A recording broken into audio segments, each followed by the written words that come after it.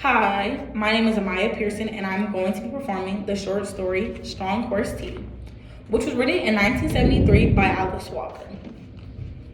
The story illustrates the theme of determination as Randy Toomer ventures off from her own hometown community and enters a new one, where people of her race are not accepted, all in an effort to do anything to save her dying child Snooks.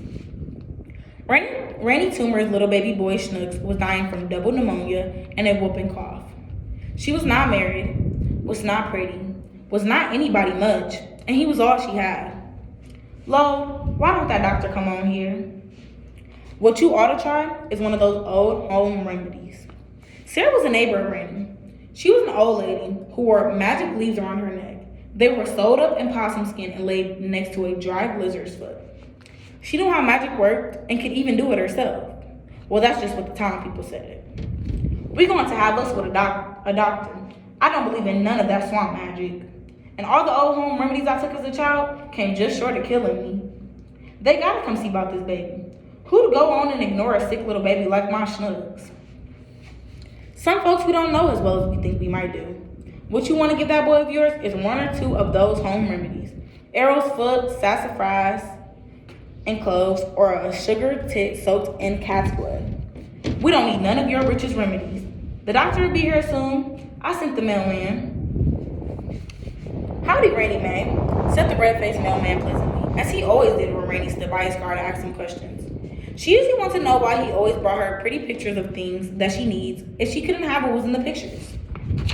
So he usually explained to her that if she wanted what was in the pictures, she would have to go into town and buy them. He also explained to her how townspeople did their advertising by sending those pretty pictures in the mail to the people who weren't in town.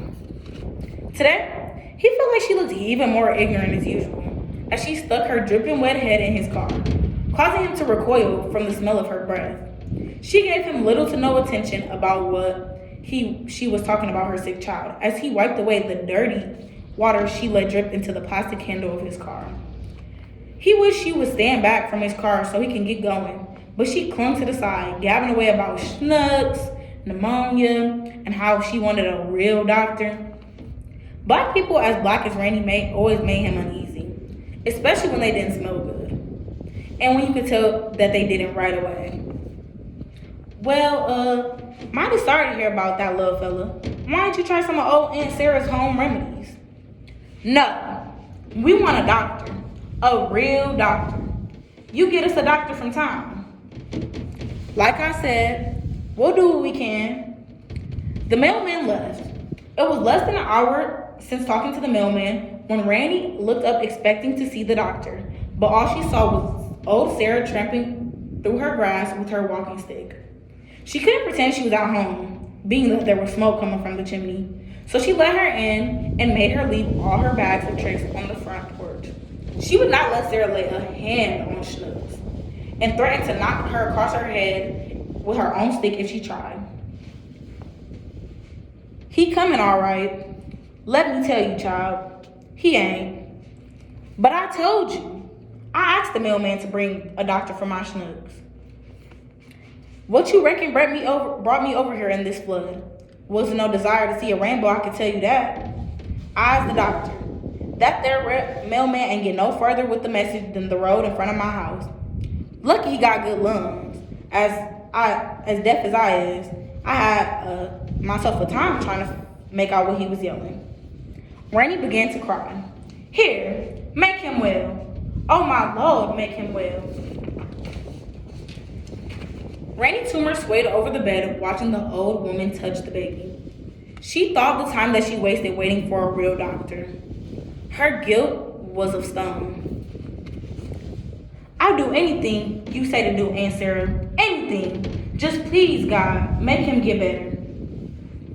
The child is dying, but there might be something else that we can do. It's going to have to take a strong stomach, a mighty strong stomach. And most of you young people don't have those these days. Snooks got a strong stomach. It ain't him that's gonna have to have a strong stomach. You the one that's got to have a strong stomach. He won't know what he's drinking. The only thing that can save this child now is some good, strong horse tea. That's the only thing. And if you want him out of bed, you better make tracks to get some. The rain fell across her face with force of small hailstones.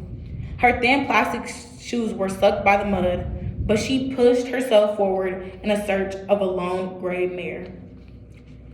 Thunder rose from the side of the sky like tires of a big truck rumbling across the dirt road, and lightning streaked across the sky, setting the air white and charged. Rainy tumors dripping under her tree, hoping not to be struck. She kept her eyes carefully on the behind of a gray mare, who, after nearly an hour, began to nonchalantly spread her muddy knees. At that moment, Rainy realized she had nothing to catch the tea in. Rainy slipped into the mud trying to take off her plastic shoe to catch the tea. And the gray mare, trickling some, broke for a clump of cedar yards away. She raced after the mare, holding out as if for alms her plastic shoe. In parting, the old male snorted and threw up one big leg, knocking Rainy back into the mud. She rose, trembling and crying, holding onto the shoe, spilling none over the top, but noticed there was a leak. A tiny crack in the front of the shoe. Quickly, she put her mouth over the crack.